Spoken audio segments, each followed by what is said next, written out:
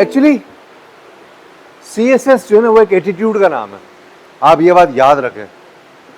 CSS ऐसी चलती फिरती डिग्री नहीं है।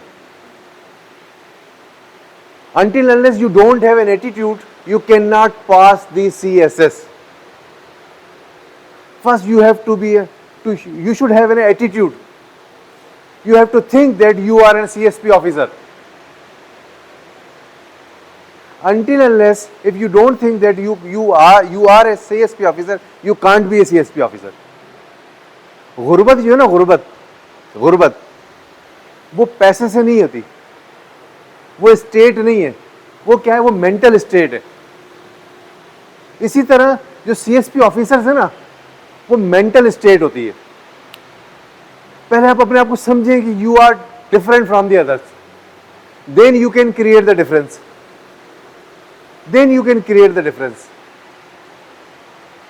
So if you want to be a CSP officer, you have to prove at this moment that you are a CSP officer. Achha, now you think that, sir, how I can prove now? वो कहाँ से नजर आएगा? आपके उठने के अंदाज से, आपके बैठने के अंदाज से, आपके अटायर से, आपके बोलने के अंदाज से, आपके डिस्कशन के अंदाज से, आपकी दोस्तियों से, आपके रहन सहन से, कपड़े पहनने से, इन चीजों से नजर आएगा आपका कि आप CSP ऑफिसर बन सकते हैं या नहीं बन सकते। नॉलेज, ये सब चीजें अपनी जगह पर है। जब बंदे का एटीट्यूड बन जाता है ना, तो फिर वो नॉलेज को अटेन करने की कोशिश कर लेता है। Knowledge is always attainable at any as.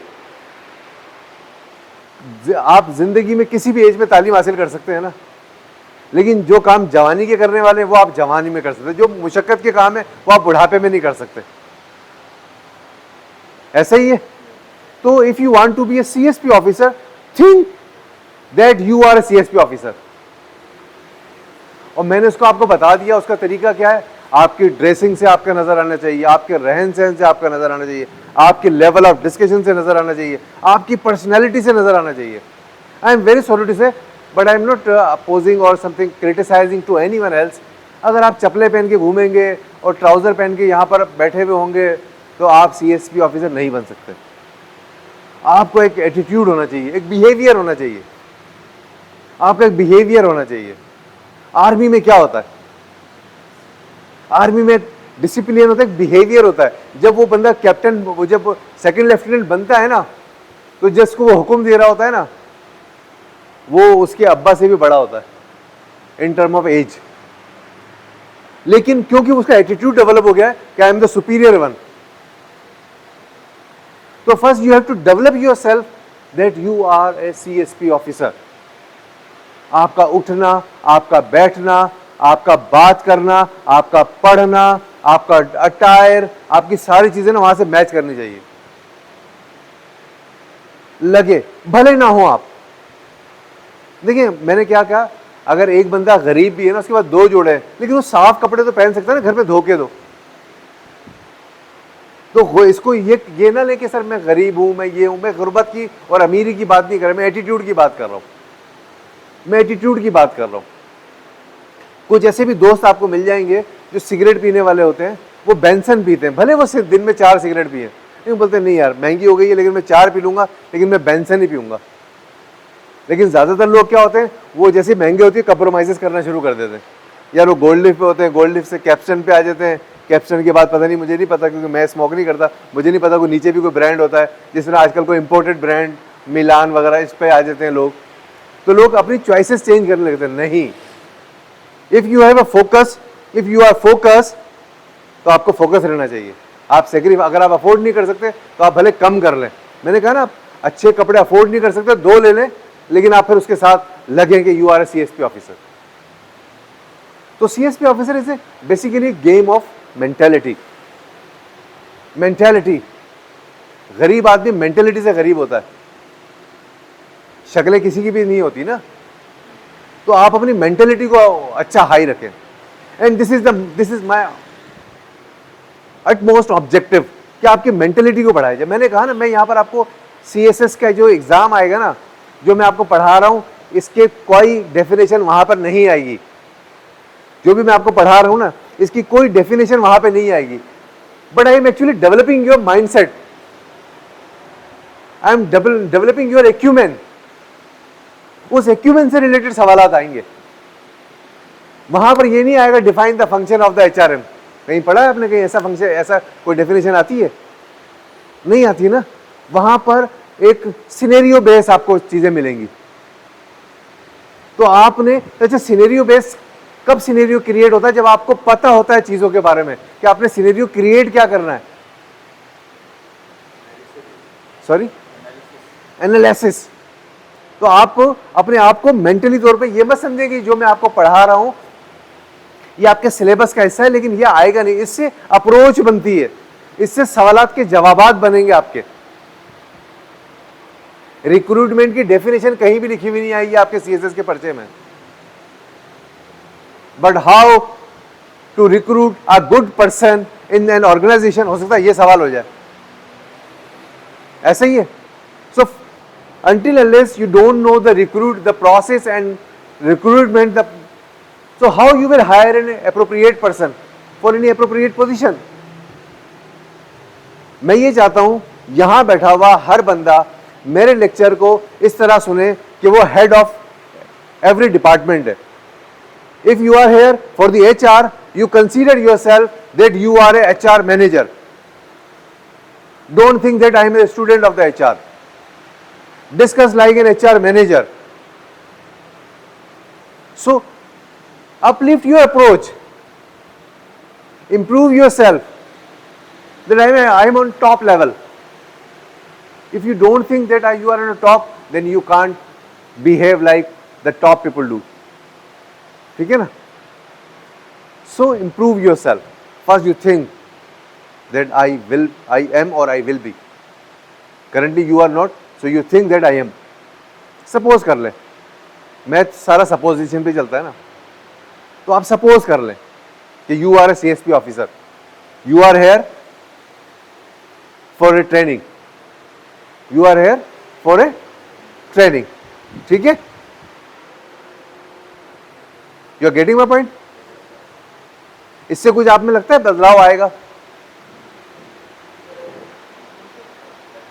कोई स्ट्राइक करती है ये दिमाग पर चीज?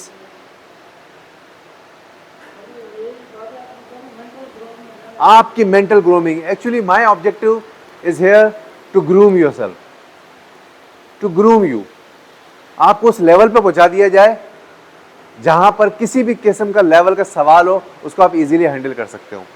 मैंने आपको बताया ना, जिस तरीके से मैं आपको पढ़ा रहा हूं ऐसे सवालात नहीं है। इससे एक अप्रोच बनती है, एक कॉन्सेप्ट क्लियर होता है। Basically I am clearing your concepts, ठीक है? So we yesterday we have discussed the HRM functions. ऐसे ही है। फर्स्ट was रिक्रूटमेंट, ऐसे ही। What is recruitment?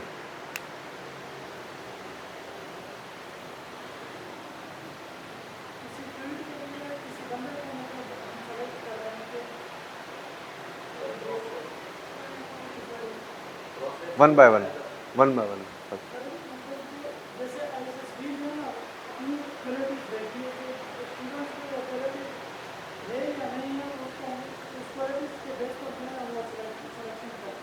Yes madam, you are telling something.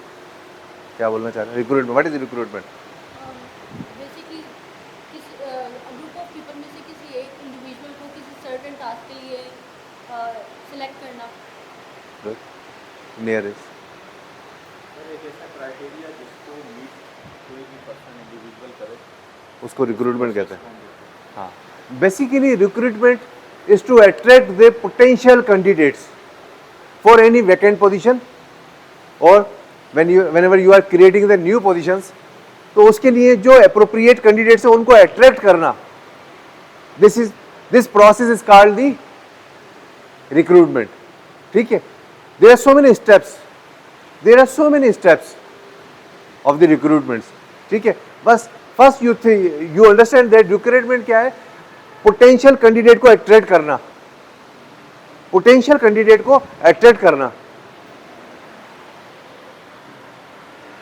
इसका फर्स्ट स्टेप क्या है?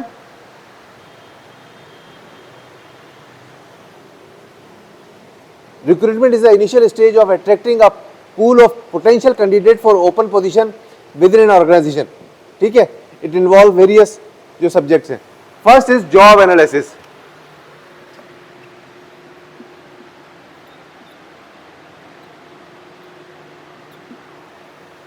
What is job analysis? अब मैं आपको बताता हूँ उसकी जॉब एनालिसिस क्या है. कोई एक बंदा वॉलंटियरली खड़ा हो जाए, हम ऐसे ना डिस्कशन करेंगे. Being an MD of the company and you are a HR manager. Can you please stand up? I give you an assignment. Please hire a security guard. What kind of analysis you will do? कि यार इसमें क्या क्या चीज़ें मुझे देखनी चाहिए for hiring a security guard. Security guard के लिए you will see the physical fitness and job related skills होने चाहिए ना, job skills.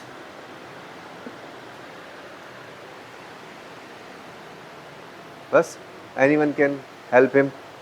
experience, Could be.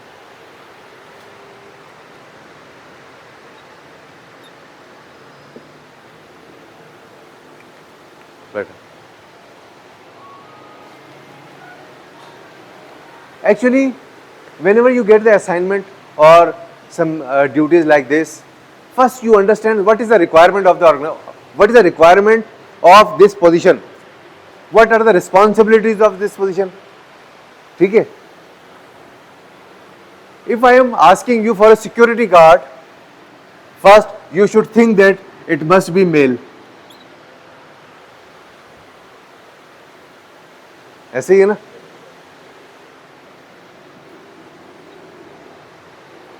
Physical fitness, yes, agreed. Skills, agreed. Experience, agreed. Yes.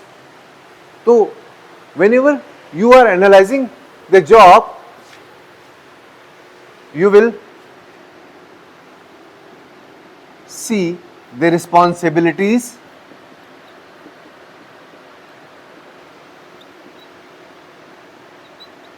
duties,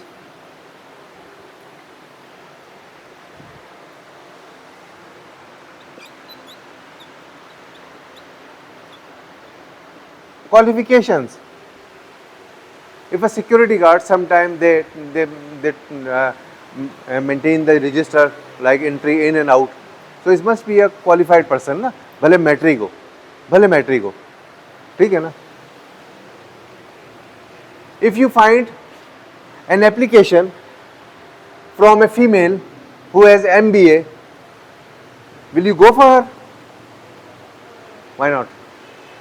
Because yes, no, not over qualified. वो qualify नहीं करते ना. आपका सबसे पहला ये male criteria, you have been set the male. If a women, वो भले एसएसजी की कमांडो, तो आपका क्राइटेरिया नहीं है ना, समझे? सो whenever the process of recruitment it start from the job analysis, कि उसने जिस बंदे को हम रखने जा रहे हैं उसने करना क्या है, और ये किसका काम होता है? एचआर मैनेजर का. ठीक है?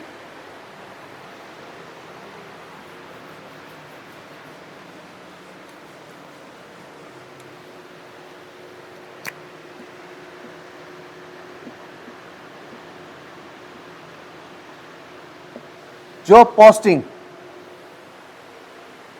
from where you will get that gentleman, कहीं ना कहीं तो आपको बताना पड़ेगा ना कि हमें एक सिक्योरिटी गार्ड चाहिए, किसी ना किसी को तो आप बताएंगे. तो वो जो पोस्टिंग है उसके लिए कहते हैं कि कहीं ना कहीं आप एडवर्टाइजमेंट देंगे जिसके अंदर लिखा होगा कि हमें एक 5 फीट 11 इंच का फिजिकली एक्टिव मर्द की ज़रूरत है जिसकी कम से कम तालीमी काबिलियत मैट्रिक होनी चाहिए. इसी किस्म का पैड बनाएंगे. प्रेफरेंस हम देंगे एक्सपीरियंस आदमी को. तो ये क्या है? ये जॉब पोस्टिंग होती है. ऐसे ही है या और भी कोई चीज ऐड करेंगे आप?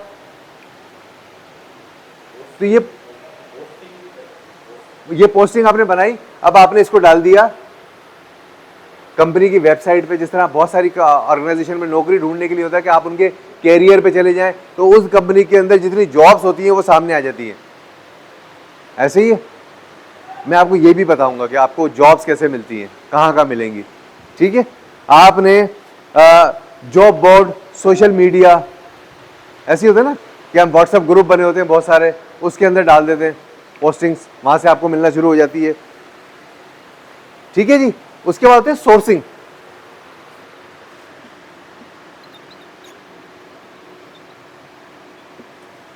Sourcing in Pakistan, this is also a profession where mainly HR experience work. Sourcing क्या होता है कि आपके पास एक पूल बना होता है, बहुत सारी HR कंपनी जैसी बनी हुई है कि उनके पास एक पूल बना हुआ है। आप गए, आपको सिक्योरिटी गार्ड चाहिए, वो आपके सामने 15-20 सीवीज रख देंगे। ये रिक्रूटिंग एजेंसीज कहलाती हैं। क्या कहलाती है? रिक्रूटिंग एजेंसीज कहलाती हैं। ठीक है, आप उनको देते हैं, आप वो एजेंसीज जो होती है ना वो आपको निकाल के देती है। वो क्या करती हैं? वो ऐसे काम करती हैं जिस तरह आप घर किराए का लेने जाते हैं, घर किराए का लेने जाते हैं, कोई स्टेट एजेंसी के पास जाते हैं आप, तो स्टेट एजेंसी वाला बोलता है जितने का घर है उसका एक किराया आप मुझे देंगे, ये उसकी फीस होती है। इसी तरीके से रिक्रूटिंग एजेंसी वालों भी जिस सैलरी के ऊपर आप रखेंगे उतनी सैलरी ऑर्गेनाइजेशन उसको पे करेगी। समझ रहे? तो ये भी एक और पाकिस्तान के अंदर एक सेटअप है। तो वो कहाँ आता है? वो सोर्सिंग के काम आता है। उसके अलावा ये कैसे होता है? प्रोफेशनल नेटवर्क्स बने हुए, जैसे लिंक्डइन के ऊपर आप काम करते हैं, लिंक्डइन के ऊपर अपनी सीवी होते हैं, तो बहुत सारे लोग वहां से अप्रोच करते हैं उनको। ठीक है, और बहुत सारी जो दूसरी एजेंसीज हैं उनके साथ मिलकर आप काम करते हैं। जिस तरह आपने किसी एम्प्लॉय को बोला कि यार दूसरा एक और बंदा चाहिए, हमें लेकर आओ यार, तो आप अमूमन आप देखेंगे कि ज़्यादातर अगर कोई वहाँ पे पठान होता है ना, तो वो बोलते हैं यार एक और पठान लेकर आओ, तो वो क्या करता है? अपने ही किसी गांव के लोगों को लेकर आ रहा होता है। तो ये क्या होता है? ये रेफरल होते हैं। ये क्या है? ये रेफरल्स है। ठीक है, कि हमें कोई बंदा चाहिए तो वो लेकर आए। उसके बाद जब बंदे आ जाते हैं तो उसके बाद होती है स्क्रीनिंग।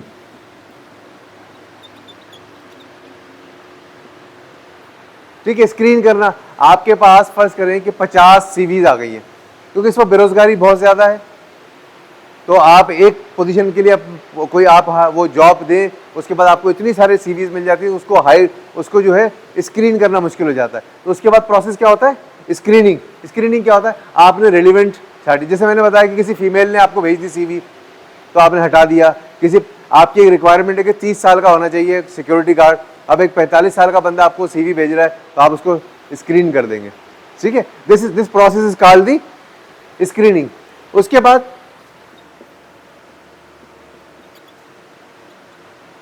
इंटरव्यू। ये बेसिक इंटरव्यूज होते हैं जो टेलीफोन पे हो जाते हैं। आपने एक सीवी देखी, आपके पास एक पोजीशन है, आपने 45 आपको मिली थी, आपने स्क्रीन की है, उसके बाद वो रह गई है 30। कितनी रह गई है? 30 के बाद आप इंटरव्यू करते हैं टेलीफोनिकली। उसके अंदर आप पूछते हैं कि आपके पास तजर्बा है, कहाँ रहते हो। फर्ज करें कि आपकी फैक्ट्री है हब में और एक बंदा रहता है कोरंगी में, would you go for him? उसके लिए तो आना जाना मुश्किल हो जाएगा, तो आप ऐसे बंदे को एलिमिनेट कर देते हैं। तो इनिशियल इंटरव्यूज के अंदर जब आप पूछते हैं कि भाई देखें हमारी तनख्वाह तो हम इसको देते हैं 30,000 रुपये, हो सकता है वो इनकार कर दे कि आई कांट ज्वाइन यू। तो ये इनिशियल इंटरव्यू होता है। ठीक है, उसके बाद सिलेक्शन टेस्ट होते हैं।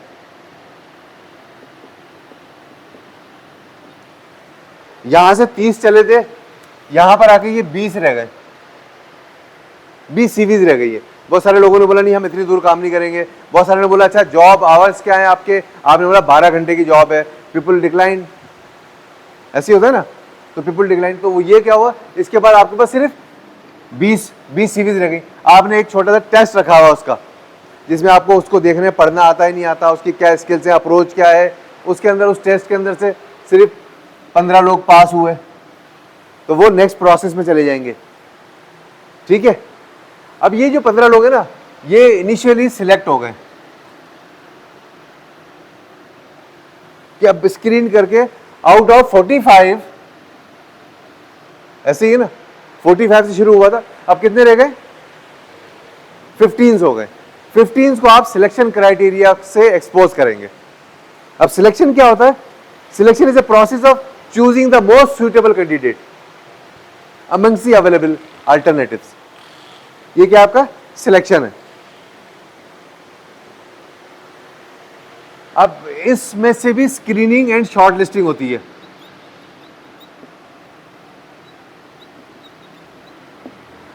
देखिए दो, ये एक है रिक्रूटमेंट और दूसरा है selection. These are the basic two primary job of a HR manager, recruitment and selection। मैंने जो HR फंक्शन बताए आपको, this is one of recruitment and other one is selection, ठीक है। recruitment के अंदर job analysis, job posting, sourcing, screening, interview, ठीक है, सिलेक्शन टेस्ट, ठीक है। देन सिलेक्शन पे आ गए, screening and short listing. Even then you have got 10 people, ठीक है। Then you expose the 10 people in depth interview. In depth interview होगा। देन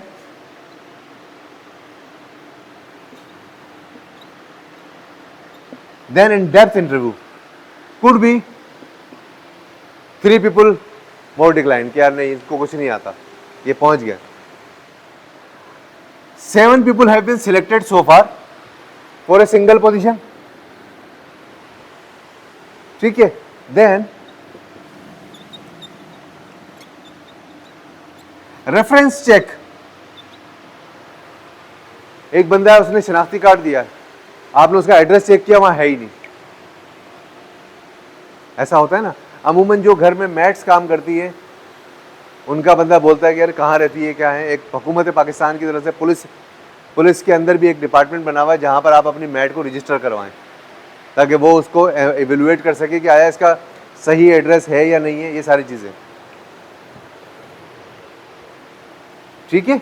रेफरेंस चेक आपने देखा कि उसके जो उसने लिखा है वो वहाँ है या नहीं है, उसके एजुकेशनल डॉक्यूमेंट्स रिलेटेड है या नहीं। उसने बीए की मार्कशीट दी है, पता लगा फेक है। फेक बनाना या कोई मसला तो नहीं ना। आपने एचएससी से उसके रेफरेंस चेक किए या नहीं किए, ठीक है। उसके बाद बैकग्राउंड चेक,